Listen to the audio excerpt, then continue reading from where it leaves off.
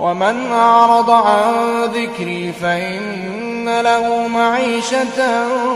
ضنكا ونحشره يوم القيامة أعمى قال رب لم حشرتني أعمى وقد كنت بصيرا قال كذلك أتتك آياتنا فنسيتها وكذلك اليوم تنسى وكذلك نجزي من أسرف ولم يؤمن بآيات ربه ولعذاب الآخرة أشد وأبقى أفلم